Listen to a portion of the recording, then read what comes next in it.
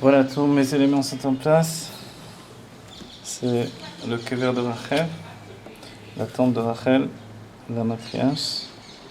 J'ai préparé une petite toile, je vais préparer la peinture acrylique blanche. Je vais mettre de la colle. Et ensuite, je vais passer mon vernis. Voilà, j'étale ma colle. Je ne le fais pas toujours. Finalement, c'est bien pratique de pouvoir le faire. Ce que j'ai fait, j'ai mouillé mon papier. Voilà, il ne faut pas avoir peur parce que le dessin s'efface un petit peu. Et maintenant, je vais poser mon dessin. Je vais choisir exactement l'emplacement de mon sujet sur la toile. Voilà, plus ou moins haut. Évidemment, quand on le dessine, on ne sait pas exactement, ou alors on prend la mesure. Mais bon. Et puis on le pose, on l'étale.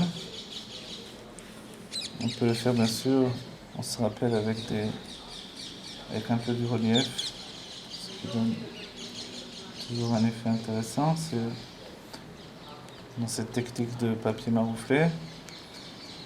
Le dessin en lui-même est léger finalement. Je n'ai pas beaucoup foncé, je n'ai pas travaillé énormément. J'ai pris la base du kever du tombeau de Rachel. Et puis voilà, je l'ai gardé comme ça. Voilà, évidemment, je peux toujours tourner mon dessin. Fais attention aux bulles. Il ne peut pas y avoir des bulles. Voilà, mon dessin est collé. Il est collé. Là, je peux directement, dans la manière dont je travaille, poser le vernis. Voilà, j'utilise un gant qui me permet directement de mettre le vernis plus ou moins foncé, selon ce que je veux. Voilà. Profite de la lumière, de la dernière lumière de la journée. Voilà. Tout de suite, dès qu'on met le vernis, finalement, ça obtient un caractère particulier. On est passé du dessin à la toile. Et du dessin à la toile et tout de suite ça fait un peu vieille photo également. Ce qui est intéressant, surtout dans un sujet comme celui-là. Voilà. Le vernis, on n'oublie pas, c'est aussi une colle. Donc on peut aussi en profiter, on peut en mettre en dessous, un petit peu pour le coller bien coller le papier sur la toile. Voilà. Et évidemment après, comme on veut rajouter de la peinture, le fait même de mettre le vernis, avant tout c'est pour pouvoir travailler la peinture à l'huile par-dessus. Voilà. Le vernis remplace le gesso pour la toile où il n'y a rien du tout. Ici, comme on a un dessin, on utilise le vernis. Voilà. Donc c'est le kever de Rachel. Voilà, on a obtenu ce qu'on veut, plus ou moins. Dans la première phase du travail. La deuxième phase, c'est évidemment la couleur.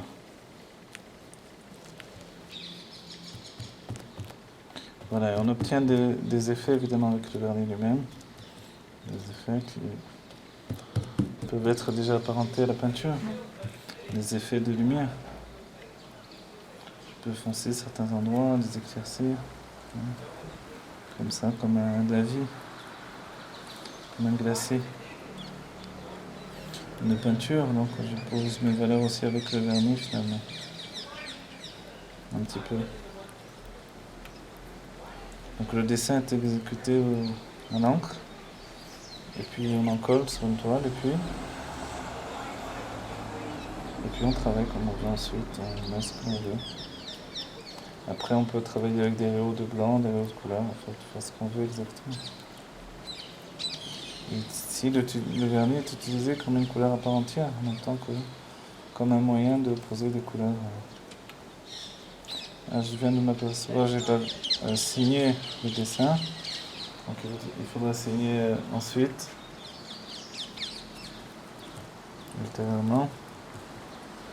On peut se dire tout autant la signature a une valeur. Évidemment, il a toujours une valeur. Un tableau sans signature, il est toujours un peu en arrière, un peu moins coté qu'un tableau qui a une signature. Voilà. Là, je m'amuse un peu.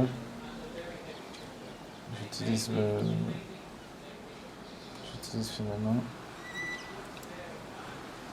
comme un pinceau le gant. Un peu entier. C'est intéressant. C'est un peu l'aspect d'une photo jaunie, C'est une peinture de lumière. Évidemment, il faut couper également le papier.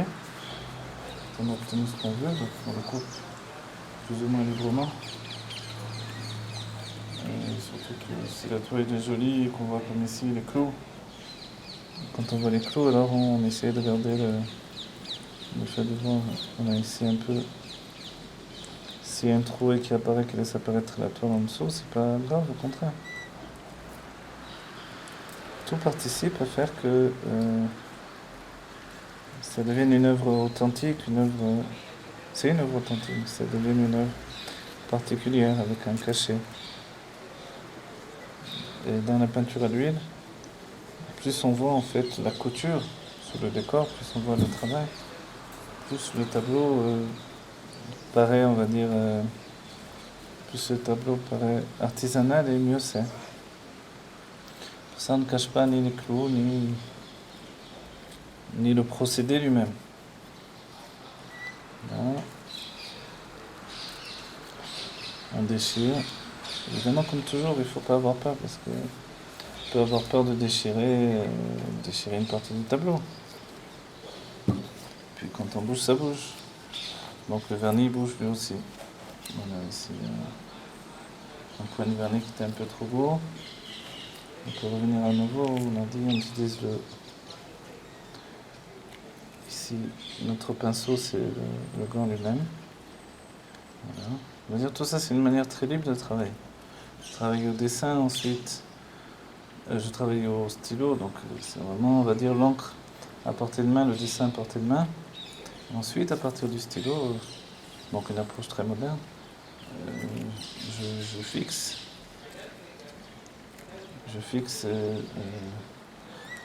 ce que je veux sur le dessin, sur mon papier blanc. Voilà.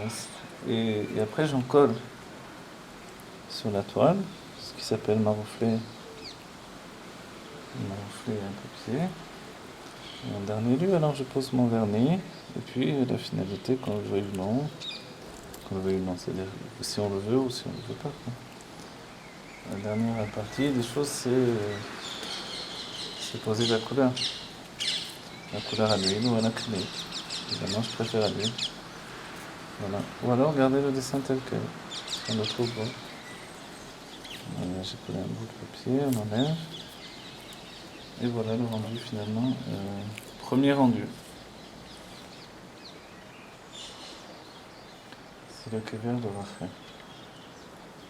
Donc la tombe de Rachel sur le chemin.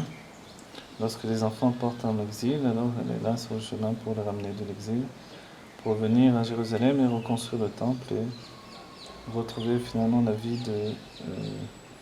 d'un juif qui est à proximité de son créateur et qui peut venir au Beth Amikdash, au temple de Jérusalem et voir Dieu de ses yeux et être vu par Dieu.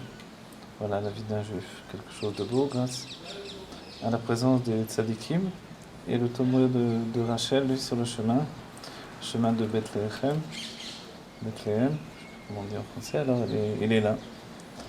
Il est là pour nous rappeler que cette tzadika est vie avec nous, elle est juste, elle est là, elle représente la présence divine sur le chemin qui nous ramène vers Jérusalem.